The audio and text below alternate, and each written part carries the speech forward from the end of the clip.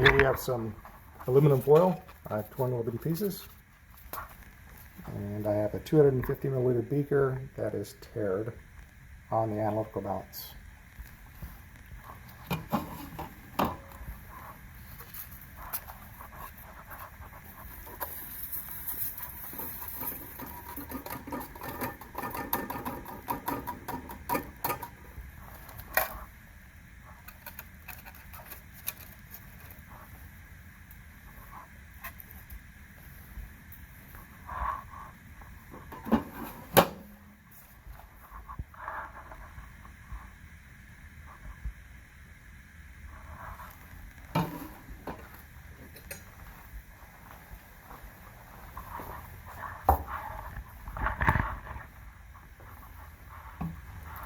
To the aluminum, I'm adding 2.8 molar potassium hydroxide. I placed it in this, and about 25 milliliters is what I'm adding.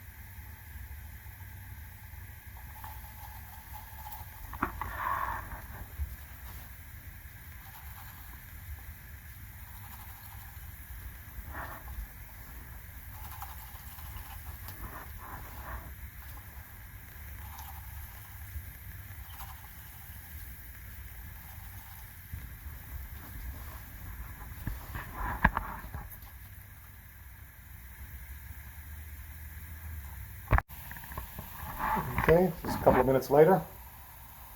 The reaction's really starting to take off now.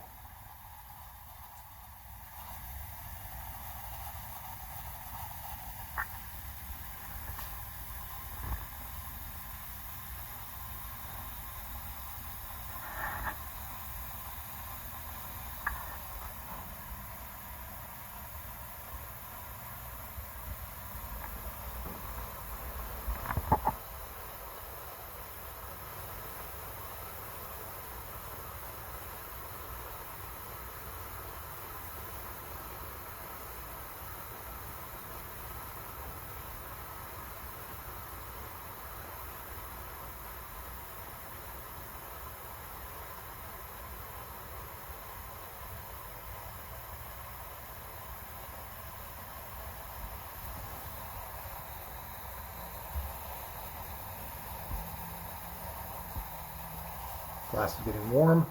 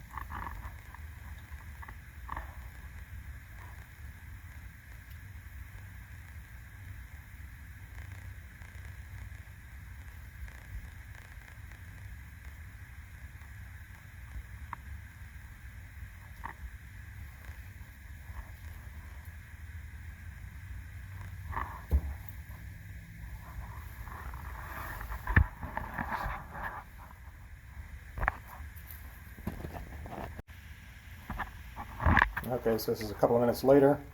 Looks like the reaction is complete. It's not bubbling anymore. Looks like all the aluminum's gone. So the next thing we have to do is we have to filter this grayish blackish material out of this solution. And we're going to do this by a filtration method. It's called vacuum filtration. This is the setup over here. Okay, this device is called a Buchner funnel. And there's little perforated holes in the bottom. See? It sits on top of a filter flask. This is a 250 milliliter filter flask. I have it fastened using an iron ring to a ring stand. This little arm right here is where I connect this little tube, like so.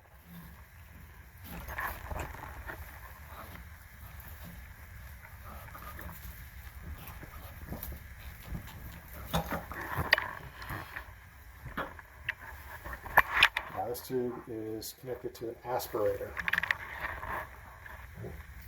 So water passes through this spigot into the drain down below there. And as water passes through this, it passes over this little hole. There's a slide hole interior here. And it pulls some of the air with it as the water passes out. And it pulls some of the air with it, therefore it pulls air in this tube and on down this tube here to this flask.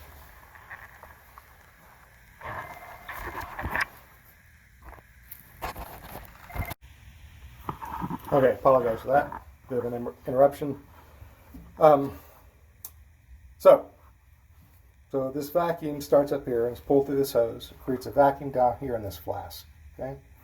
Which it then causes suction through here. Now we have to use a filter paper.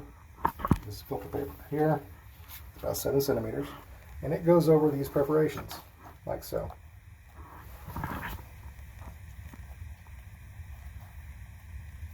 So once this is all hooked up, you start the water.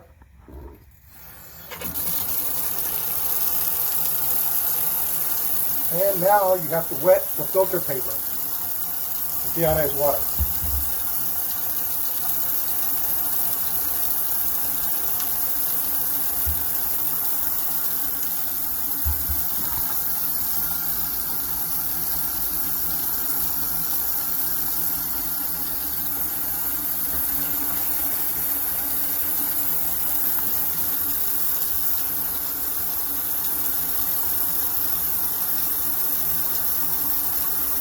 You want to make sure the filter paper is covering up the holes. No gaps.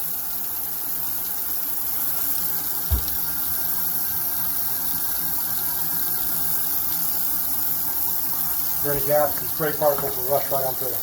Alright, so we take our solution and we swirl and dump all at the same time. And it starts filtering through.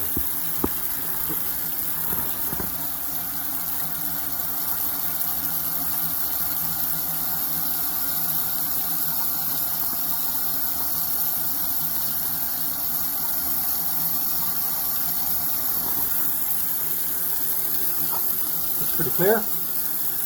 Alright, so when you discontinue this, it's important that you break the vacuum first and then turn off the water. If you turn off the water before you break the vacuum's in here to pull water from the faucet through this tube and into the sample. And we don't want to do that. So you break the vacuum first and you turn off the water.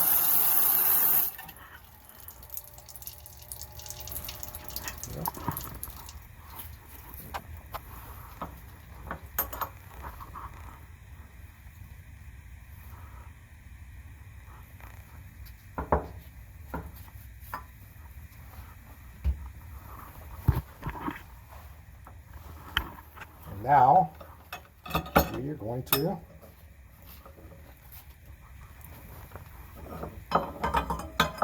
take our filtrate. This is what this is called, the filtrate. And we're going to pour it into a fresh, clean 250 milliliter beaker. And the next step will be adding sulfuric acid.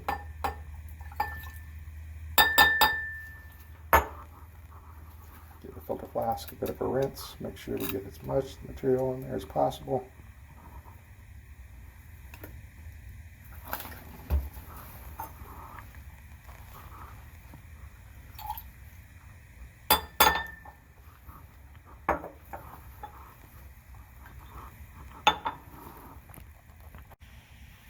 Okay, the next step. So here's our filtrate over here in our new beaker. This is a glass stirring rod. I'll need that. I'm going to add 9 molar sulfuric acid to the solution. I've already placed it in here. I'm going to add about 20 milliliters. Now, this stuff right here is the most dangerous material that you would have worked with this semester. Sulfuric acid, 9 molar. It's pretty highly concentrated. If you got this on your skin, you wouldn't be able to get it off in time. It would cause severe burns. I had a student in organic chemistry class once that just got a drop on her forearm, and it looked like a cigarette burn within seconds. It was you could actually see the steam rise off her skin. Pretty nasty stuff. So that's why I'm kind of suited up today. My gloves and my lab coat. I even have my goggles on. Okay, so here we go. I'm going to add it to this solution. And what you're going to see is a floccular material. It'll look like cotton that forms. Okay.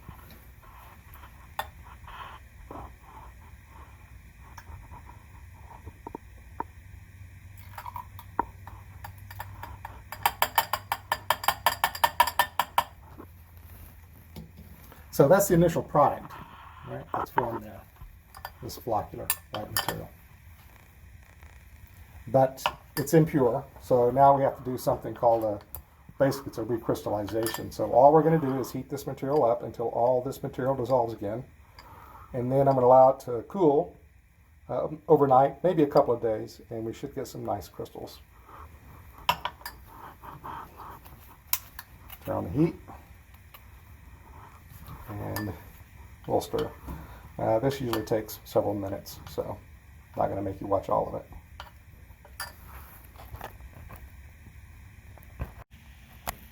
Okay, so I've been heating it for, I don't know, maybe 2 or 3 minutes now. 5 minutes.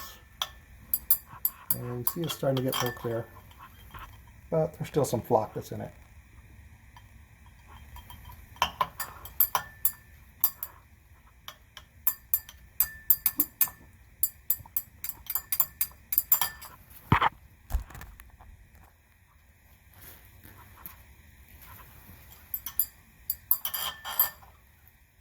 We're getting there. Okay, I think we're there. You can see all the floccular material is now gone. Got a clear solution. And so what's going to happen now are these ions are going to come together in a very slow, controlled manner. It's going to form a hydrate, and we should have some nice crystals here in a day or so. So, set it down right here. Out of the way, let it rest comfortably, and we'll isolate our product next time. Okay, here we are. It's been almost a week since the end of the last part. Here are the crystals that have crystallized out from the solution. These are the alum crystals. And now we're going to isolate these. And I'm going to do it a little bit different way than what's the procedures that's given to you in the handout. I'm just going to decant this solution into this waste beaker. And remember, this is sulfuric acid, a lot of sulfuric acid in here, so we want to wash the sulfuric acid out. And I'm going to do that with ethanol, ethyl alcohol.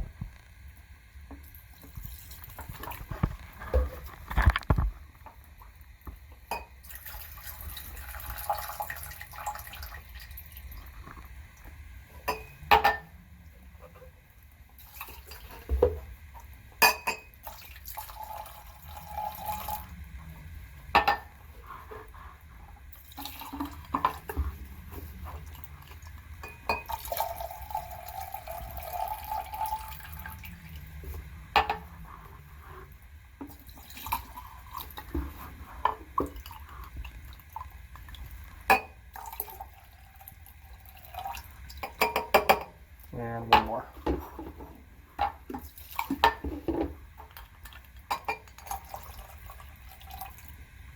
And dump the crystals on this paper towel. And we'll let them dry. And after they're dry, we will go ahead and get a mass on these crystals. Nice crystals, actually. Didn't do too bad of a job.